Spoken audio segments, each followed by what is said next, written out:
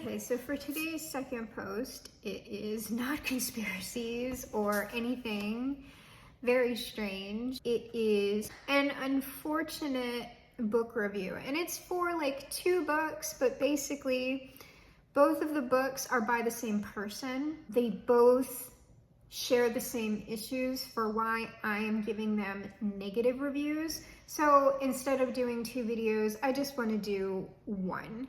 And the negative reviews that I am giving are for Adam Neville, who is a horror author, probably most famously known for The Ritual, which was made into a film. So I had gotten his, most popular work, but what I know about me is that a lot of the times, the work that an author will blow up for will sometimes tend to be like the work that I dislike the most.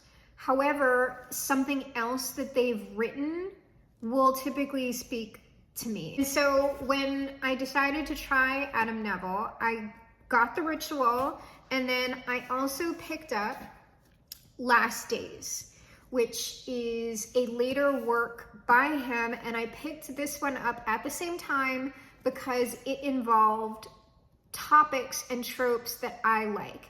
Namely, they're calling it found footage. It's not really a found footage. This is about someone who's making a documentary about a cult, and there is a question about whether the cult was just murderous and like doing awful things to people that fall within the realm of like the evils of humanity, or was there actually some sort of supernatural thing going on? And those kinds of stories tend to be right up my alley. And so I picked it up at the same time. And so I read The Ritual first, and I hated it so much that it took me a very long time to try Last Days. And I will say this, the writing in Last Days, I think, is a bit better than what's going on in The Ritual. And like people in the horror community will be like, what? No, The Ritual was amazing. Girl, The Ritual is trash. I will die on this hill. I don't know, maybe the movie, like I don't even want, this was so bad. I didn't want to watch the film.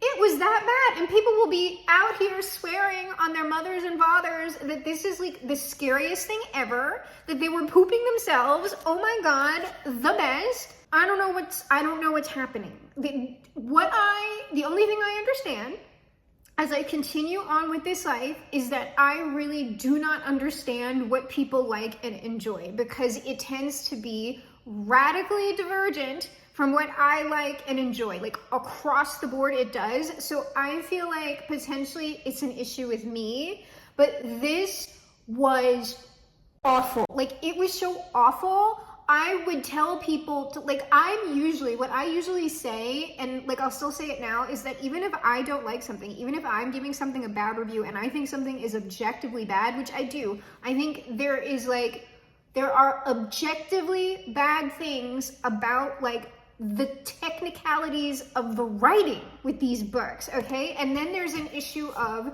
target audience, voice, and subject material, that it's either gonna hit for you or it's not gonna hit for you. And I can tell you why I dislike those things that are happening in these books, but that's completely subjective, okay? And even like the technicalities on the writing, I can say I believe it's objectively bad. It doesn't mean that it's necessarily going to impact your enjoyment of a work, because there are certain films and books that I like that I know the writing is objectively bad, or I know the craft is objectively bad.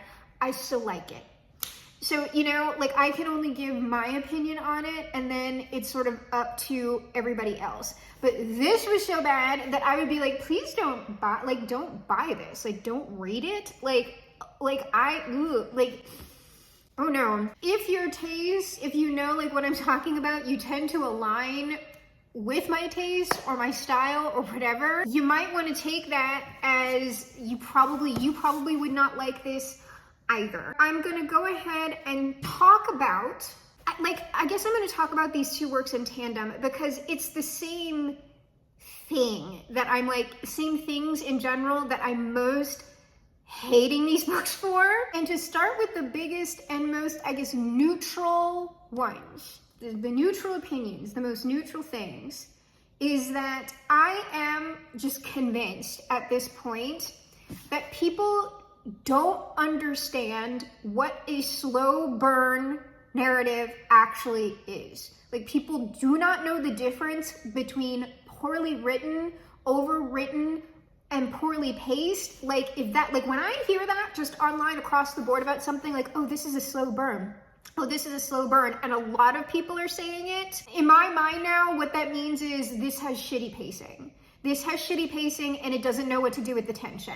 Because I have heard that, and especially in the horror community. It's like, it's something about the horror community, but it's also within like general popular fiction that people do not know what they're talking about when they say a slow burn. What is a slow burn? The Ninth Gate is a slow, the movie, The Ninth Gate, because I haven't read the novel that movie was based off of. That is a slow burn. Technically, The Shining, Kubrick's The Shining, that is a slow burn, okay? But it's well paced. And what's going on in a slow burn is that there is tension going on from the start till the end, except it's not in your face. It's something that's kind of going on in the background, and then we're slowly building that tension to like the whatever the big reveal is going to be. But slow burn doesn't mean boring, dragging, unless because there's some people who won't like a slow burn because they like a lot of stimulation in their films that's overt, and there's nothing wrong with that. But I just feel like slow burn is typically used to excuse people who just flat out don't know how to pace their plots. They flat out don't know how to do character arcs. And so like people will think, oh, well, this is boring, so I'm gonna call it a slow burn. Like, it's bad, so I'm gonna call it a slow burn. These aren't slow burns. They're just poorly written and poorly paced. That's all. And they're overwritten as well. And these are both Macmillan. These are St. Martin's Press releases. This was before. And you know, that like maybe, because I will say there is some progression. Like, the writing does get better in between these two books. And I'm pretty sure Adam Neville now is writing completely on his own. Good move for him, because the publisher wasn't doing shit for him, okay? These needed radical edits. They needed developmental edits, and they needed like really, really ruthless cutting, because what's going on in both of these books is poor structure and overwriting and redundancy. And it's a slog. It is awful to get through. Okay, it's not, and like what is trying to be done here, and especially in The Ritual, I could see this excuse being used, because The Ritual is at least something that we could say about the intentionality of it being a slog, is that this is more of a survival horror. It's not even really horror, it's just like, I am here to give you an uncomfortable experience, and part of that uncomfortable experience is being lost in the wilderness, and also it's a hostile environment. And it's very like wet and soggy, and like you're never getting out of it. And I think that's valid. That's a valid point to make about at least The Ritual, okay? And if there weren't a lot of other things going on with The Ritual that turn it into the shit experience that it is, then I would agree with you, at least for The Ritual, that yes, some of that pacing can be brought back to an intentional choice by the author to have you experience what the characters are going through with the written word, because you're not experiencing it in real life, obviously. However, both of these novels also suffer from some weirdo shit where like Adam Neville gets to a point where he's writing one story, he's writing one novel, and then he just decides to stop telling that story. It's like the story runs out like in the middle of the novel, and he has to start writing an entirely other novel. Both of these books do this.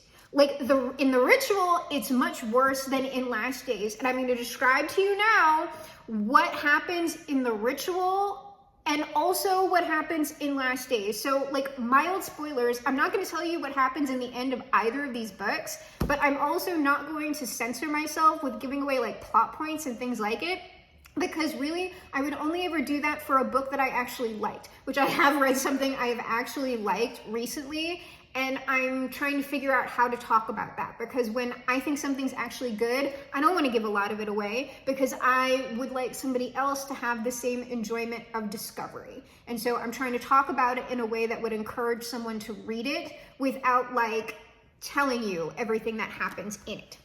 So, but there's, oh no, I'll spill all the tea on what I think is a shit ass book that you shouldn't spend money on, okay? But like, go support Adam Neville, because I don't know, maybe he's gotten better. Like, I'm telling you, there is progression between these two. So for me, I would give, for myself, I will wait like 5 years.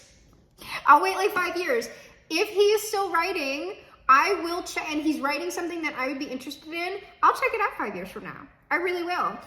But as of right now, no, I'm done. I'm done, because it's not fair. I give somebody 2 to 3 books, and if it's all the same thing, then I need to not talk about them, because I'm just not their audience. I'm like, it's just not hitting for me, and it's weird to keep returning back to someone who you know you're probably not gonna like. So what happens in The Ritual is that there are these guys, supposedly friends, because that's another thing that's like in both of these books that's fucking awful to endure, is the tone in which these are written, both of them, and also the point of view character, the way that they are configured internally is just, it's a bucket of yuck, okay? And I'm someone who loves a good piece of shit character, but this is terrible. So The Ritual is starting out with these friends going on a hiking trip. I'm not even gonna get into the reasons why they're on this trip, okay, girl, non-gendered girl, but they're on this hiking trip, Blair Witch style. They get lost in the woods, okay, in this swampy, like, woods. So it's a survival thing, because they're gonna run out of food, and they don't know when they're gonna get to civilization or whatever, and they don't know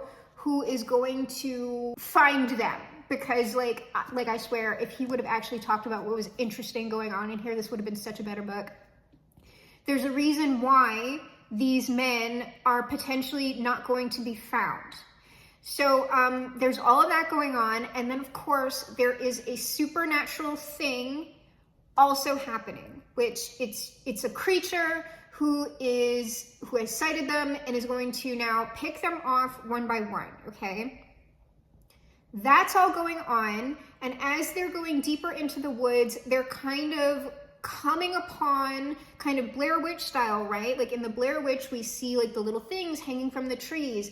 And in the beginning, you kind of get a primer on the Blair Witch lore. And then as they go into the woods, they are then experiencing what they have already received the little primer about, right? We're primed, and now we're experiencing the manifestations of the Blair Witch for this particular group of people. This is slightly different in that we don't get any lore up front. We're just with the men going into the woods. The weird stuff starts happening, and then as they go deeper into the woods, they're kind of finding more weird things that are suggesting or implying a particular narrative about the creature that is stalking them. So that's all happening. That's like a contained little novel, right? Because we're gonna have our version of this, the final girl, non-gendered girl, who's either also going to get picked off by this creature, but usually there's like narrative closure with the final girl, non-gendered girl, or the final girl, non-gendered girl defeats the creature or manages to escape or get out so they can then tell the tale, whatever. What happens in this book though is that we get to our final girl, right? Non-gendered girl. And the story completely like splits. I think the main character like passes out or something. We're thinking like maybe this person's gonna die. And then they wake up like in a house. And what is now happening from here on out is the point of view character is being held hostage by a group of crazy like black metal kids. They're like in a black metal band. And they're like killers, girl. Non-gendered girl, and that's what's happening. Are they somehow associated with this creature? Like, yes, here's the thing, it does make a little bit of sense.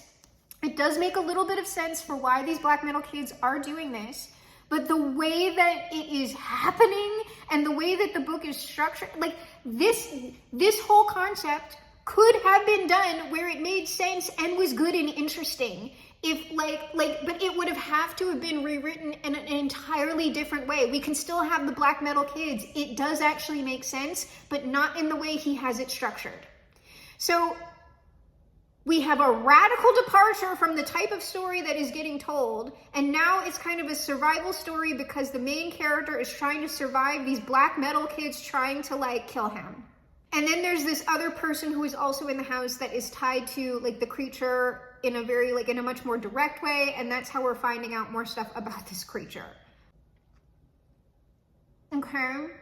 And then I'm not going to tell you how it ends in case you do, because listen, you can hear a hate review and then be like, that sounds like something I want to read, or you can. So I'm not going to tell you how it ends. I'm just telling you, that's what's up. If that's not, I don't know, maybe I probably still would have been bothered knowing about, the black metal kid that, suddenly show up, and I can't, we have no foreshadowing that this is going to happen at all. All of a sudden, there's just, these black metal kids. And the story is totally changed, and the only thing it still has in common is that we have one of our point of view characters, and the creature is still kind of a presence. Kind of. But to be real with you, the creature in this book is such a, it's a non-thing to me, because the real horrors that are going on here, or the thing that's giving you the most uncomfortable experience, is the environment that you're trying to survive in, and then these psycho black metal kids at the end. Okay, and so that's what's going on in the ritual. What is going on in the last days is that there is a filmmaker who has been conscripted into making a documentary very, very quickly about a particular cult. And he is willing to do this because he has a lot of financial issues from spending his own money on never do that, girl. Let me tell you about the industry that I'm not in. You never spend your own money on the movie. I don't know anything about movie making in Hollywood, but that's kind of, I don't know, it's something that you hear about. Don't spend your own money. He has. He spent his own money, because he is a believer in the art form and everything else. And so he is broke and destitute. And so the paycheck that he's going to receive from making this documentary on such a tight schedule is going to bring him into out of the red. It's going to clear all of his debts and everything else. And he also feels that for the type of story that he is telling, that this is going to blow him up. Okay. And so he's willing to do what the executive producer wants him to do. And so if you, and I'm going to say, okay, the last days was more enjoyable for me than the ritual. So if you already know that you would not mind having a B movie schlock experience, I would encourage picking up The Last Days before I would ever encourage picking up The Ritual. Just watch the movie and be done with it for The Ritual. If you are interested in conspiracy theories surrounding the Process Church of the Final Judgment and how that ties into Charles Manson and potentially Scientology, but really the references that are being made in The Last Days are directly referencing the Process Church of the Final Judgment. I'm pretty sure that's the title. And if you've never heard of that, you can Google it. There's all kinds of conspiracy theories surrounding it. Some may seem more credible. I don't know. There's a lot of stuff surrounding serial killers and cults at this particular period in American history, I'm gonna say, but this is also English history, because the cult in this book begins in England, and the Process Church of the Final Judgment, while it ended up in America, also started in England, and then they moved. So if you are into that sort of lore and history, it's possible that you will enjoy kind of a schlocky horror narrative told within that particular frame. Also, if you really like movie making, okay?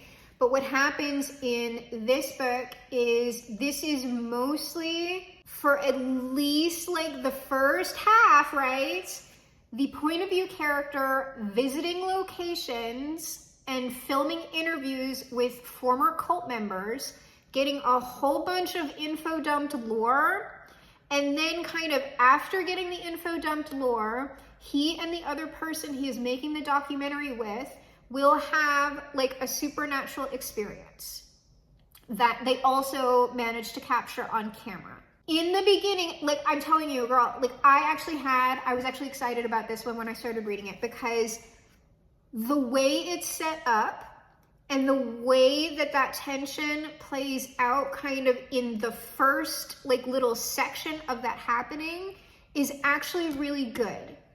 The very first time that this little cycle goes down, it is tense. It is a little bit spooky. It's like, oh, like this is gonna be a fun little ride, perhaps. And like maybe if we get into like the lore of the cult, like we're gonna escalate, and like, oh, this is like the setup was really good, which made what happened here very disappointing, okay? Because what happens, like to get to the thing where it's like two separate books being told, is we come to the end of like the interview cycle a little bit more, like we kind of go a little bit more than halfway through the book. And then again, it's like he starts writing a totally separate book. And it's sort of like this meandering kind of, okay, we're going here, we're going there. And like the info lore dumps get like more poorly written as you go. And it's sort of like Adam Neville like didn't know like the own lore of his own fictional cult. Like that's what it feels like. I don't know if that's true, but it just feels like he's like, well, I gotta figure out like what this cult's actually doing.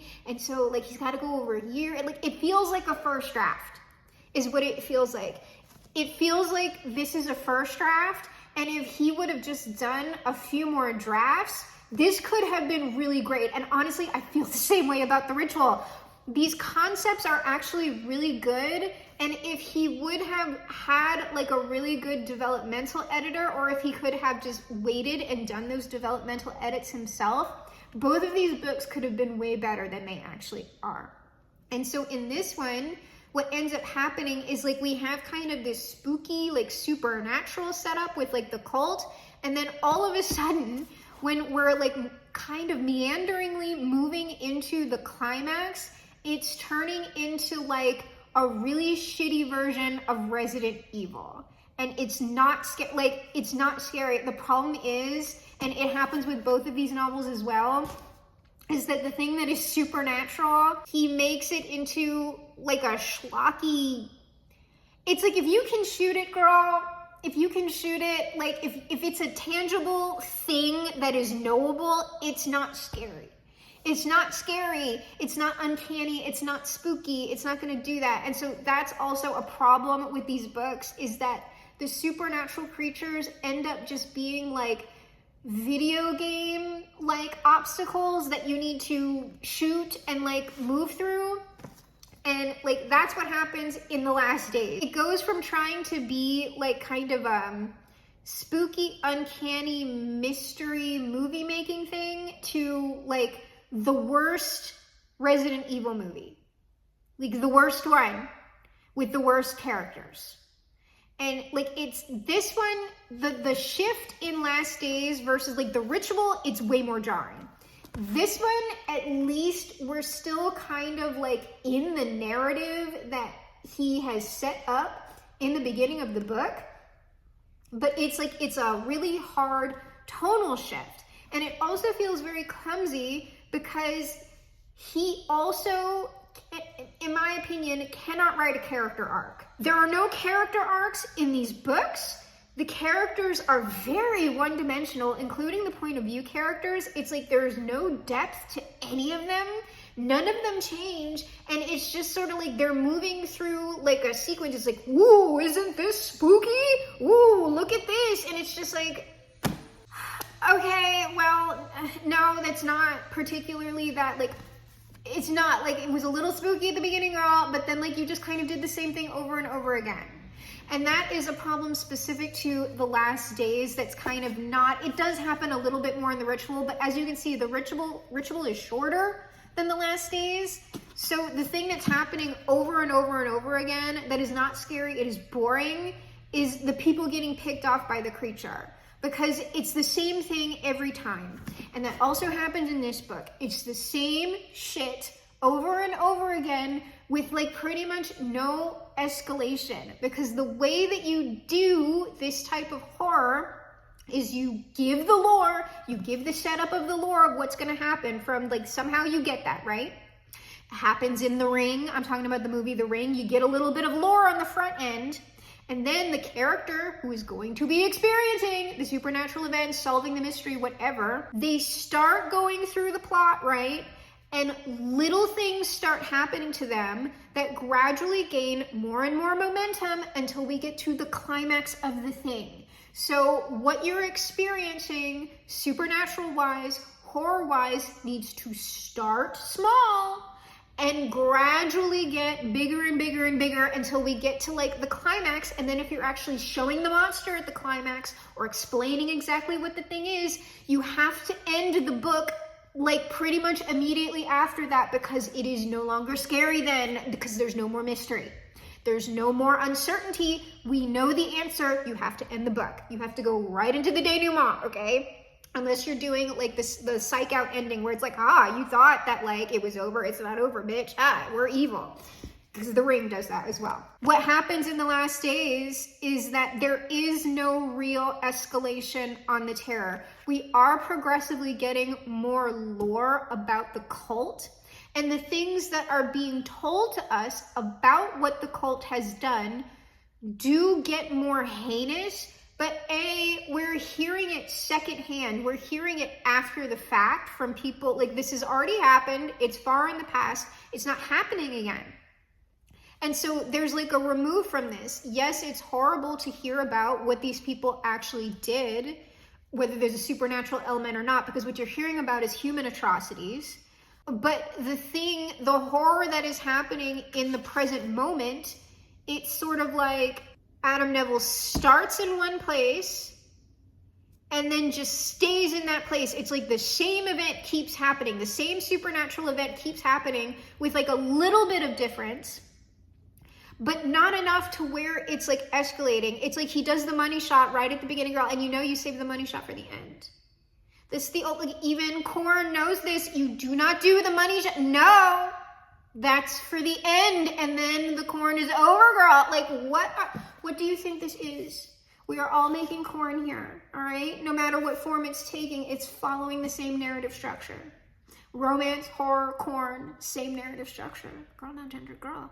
Unless you are writing splatter, which is essentially one long money shot, okay? And you can do that, but you will know if you are reading a good splatter or a good extreme horror, it starts extreme and then gets more extreme. It's still the same thing. It's still the same structure. It's still the same structure. We're just talking about levels of depravity that we are discussing, okay? Or levels of terror, whatever it is. Or if you're talking about the romance genre, it's levels of kink. It is levels of what are these people gonna do, okay? That's the structure for this sort of commercial stuff, which that is what this is. Both of these books are commercial. It is not literary, nothing like that. And I prefer the commercial stuff, but I'm just telling you, within the Western canon, the commercial story structure has it goes a certain way, and it's super formulaic, but it is also very satisfying, okay?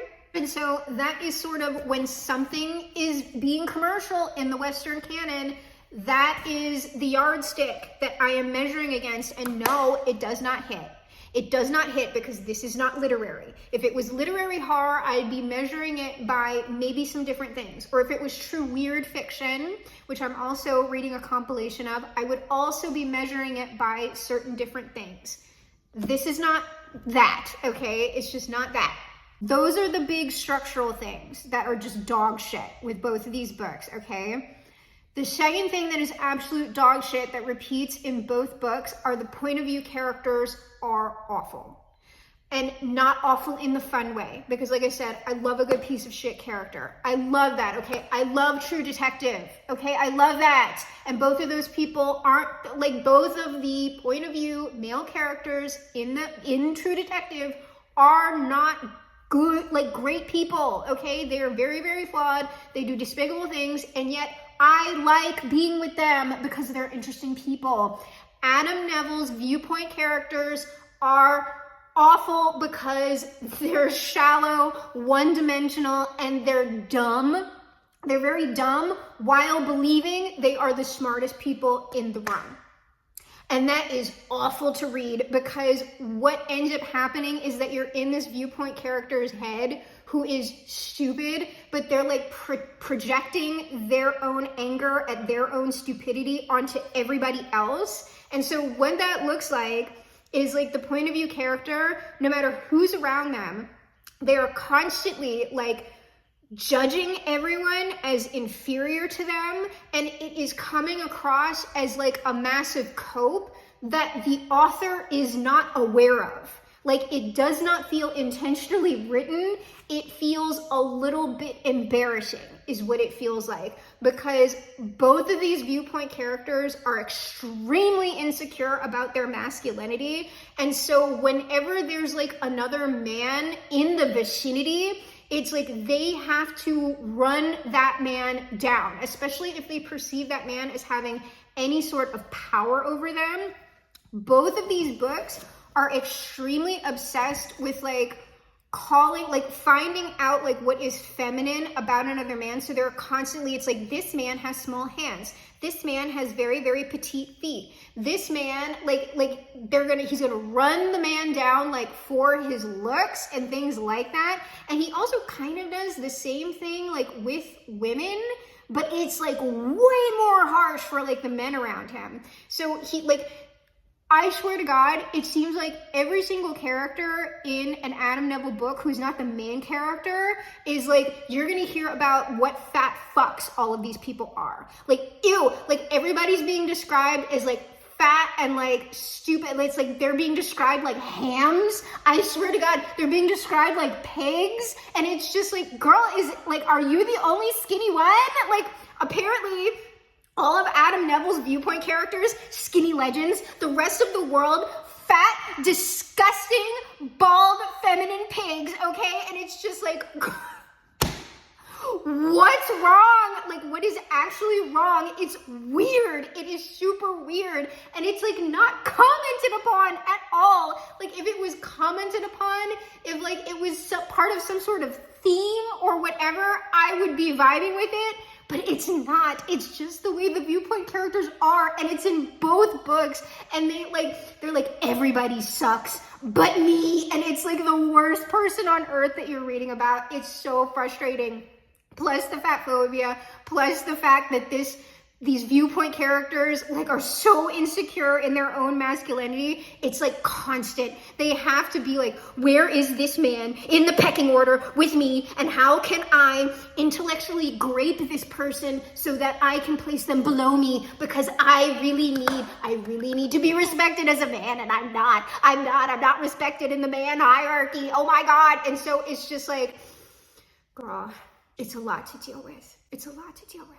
And the thing is, in the ritual especially, the most interesting thing that is going on here is when he starts like directly addressing issues and fears and anxieties that do specifically pertain to men. That's not really going on in The Last Days at all. Besides, this is like an obnoxious viewpoint character who's like talking about how fat and disgusting like everyone else is besides him, pretty much. And it's like focused on the men. Like, he'll like still call women like fat. Like, the most vitriol in Adam Neville's books are reserved for other men who like are purportedly the viewpoint character's friends. Okay, that's who's getting like the worst of it. And so in this book, the most interesting thing that is happening is that the dynamics between this friend group is the main viewpoint character, because he also head hops in this book, that also seems unintentional. It makes no sense for the narrative why he has head hopped, but he does.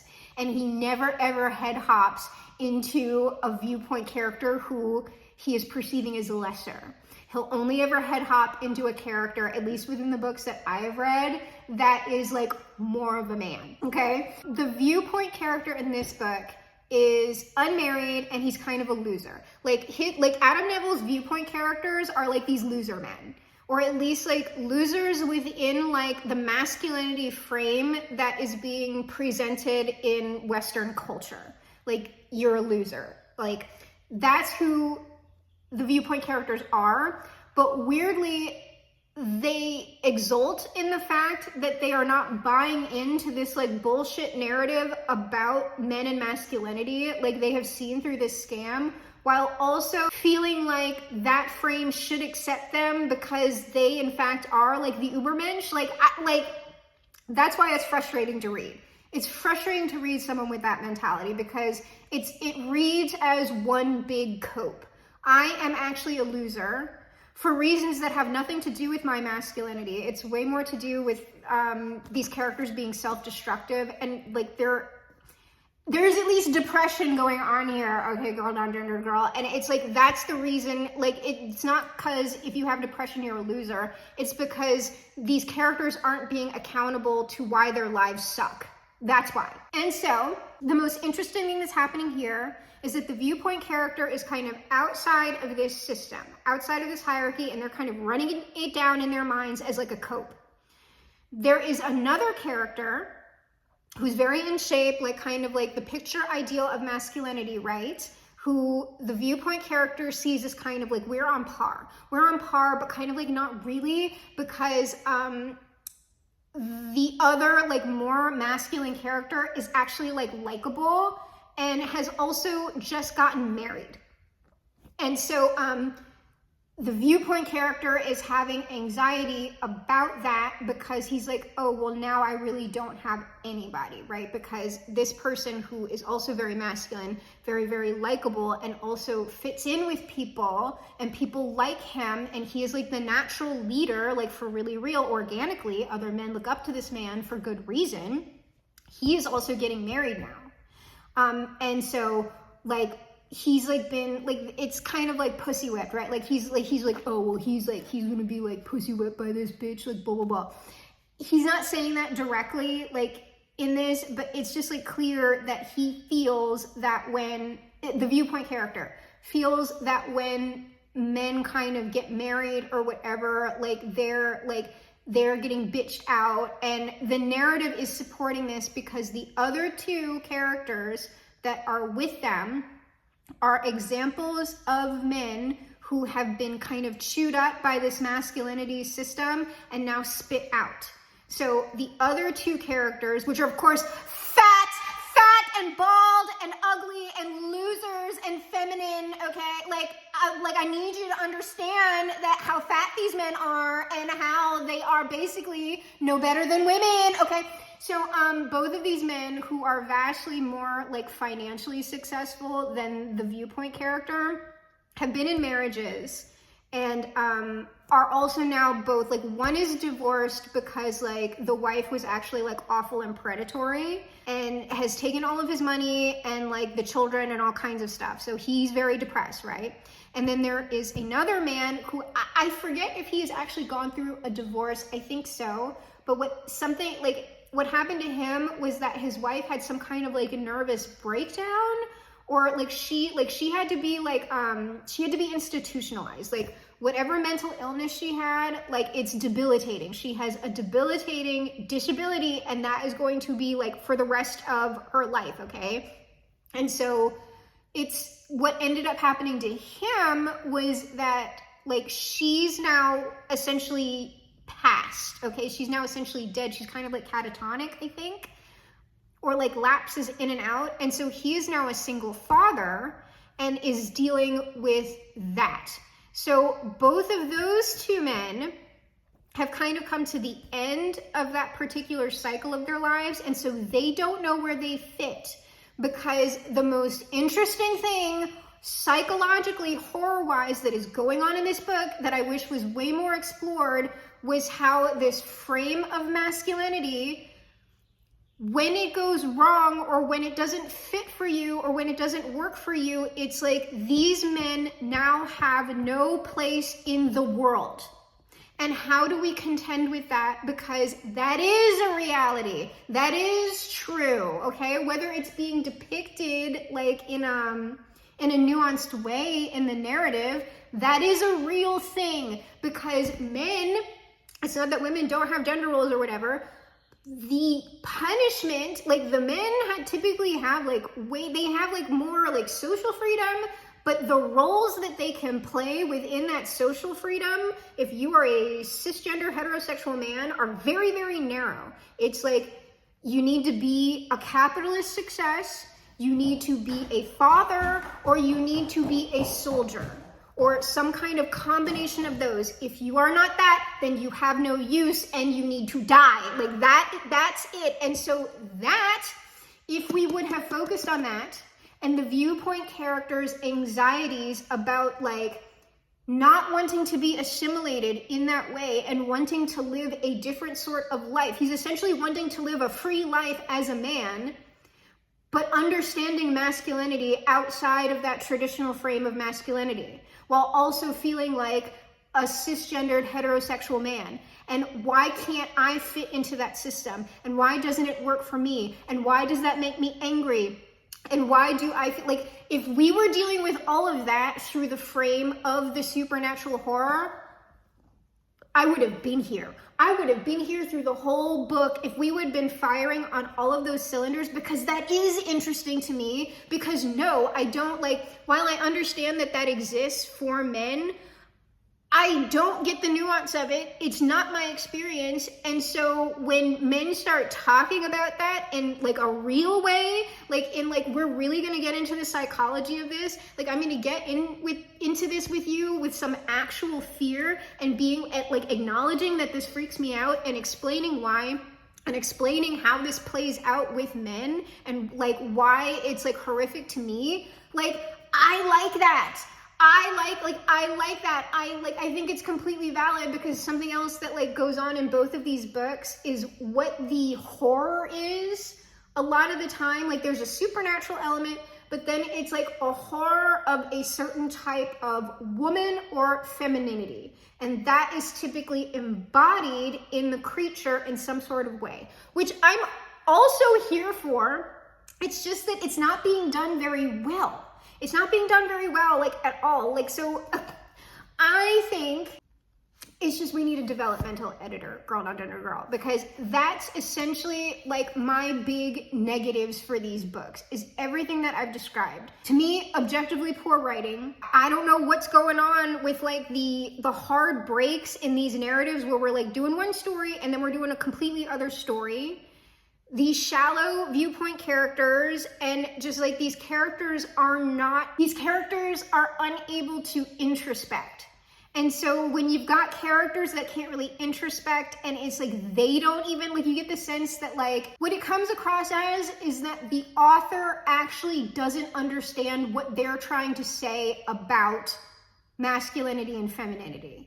Like, that's what it comes across as. It comes across as the author hasn't introspected, in that he has potentially not explored why his viewpoint characters are actually doing what they're doing or feeling the way they're feeling, because the showpiece of the novel is sort of what is happening, like around them, the manifestation of the horror and not the internal aspect of it. But if we have no deep exploration of that, it's like books like this have a hard time functioning, because supernatural horror and uncanny horror is typically psychological horror.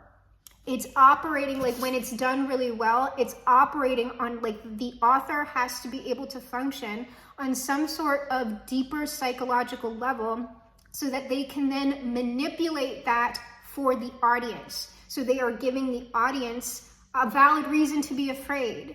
And H.P. Lovecraft and Thomas Ligotti both address this in that when they talk about writing good horror, they're saying it is not enough to have the scary monster.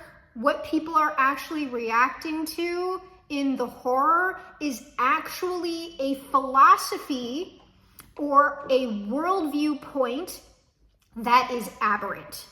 And for Ligotti, this was that consciousness, human consciousness, is actually an aberration, and that the thing that has potentially created humanity hates it and hates itself, and it wants to die. But it cannot directly kill itself. It has to create a material mechanism that it must get to kill itself so that it can finally die.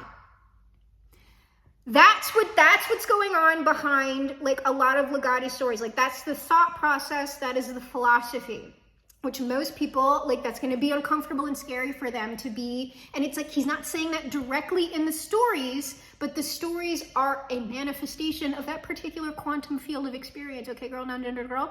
And so that's why, on top of Ligotti being an extremely good writer and extremely psychologically astute and all of this and funny, at least within his first, he got too depressed, girl, I'm so sorry. And there's also, Ligotti was a big inspiration behind like a lot of True Detective stuff as well. So, all right. So what Ligotti is doing, and then Lovecraft's thing was that like, we cannot understand the cosmos, right? And that's a good thing, because not only does it not care, but it is actually hostile to as well. And figuring out the answer, even if you figure out the answer, it is going to scramble your brain, and you're going to be like expelling blood and gore from all of your orifices, because the knowledge it's going to destroy you. Or if you get the knowledge right, you are literally like, the knowledge itself will forcibly mutate you into a non-human thing, okay, besides the racism. But that actually does dovetail, because like there's like an other thing going on with him. I'm going to be contaminated by the thing that I wish to know. The thing that I wish to know and the thing that I wish to get closer to is also fucking destroying my very humanity, and I'm either going to be annihilated by it or changed irrevocably into this horrible thing. Like that's what's going on behind Lovecraft. So you have to be able to, as the author, understand that, to be able to then write the fictional version of that truth. And so what it feels like is going on in Adam Neville is he is trying to write a fictional version of a truth that he has not yet grasped. And that is why I cannot recommend these books.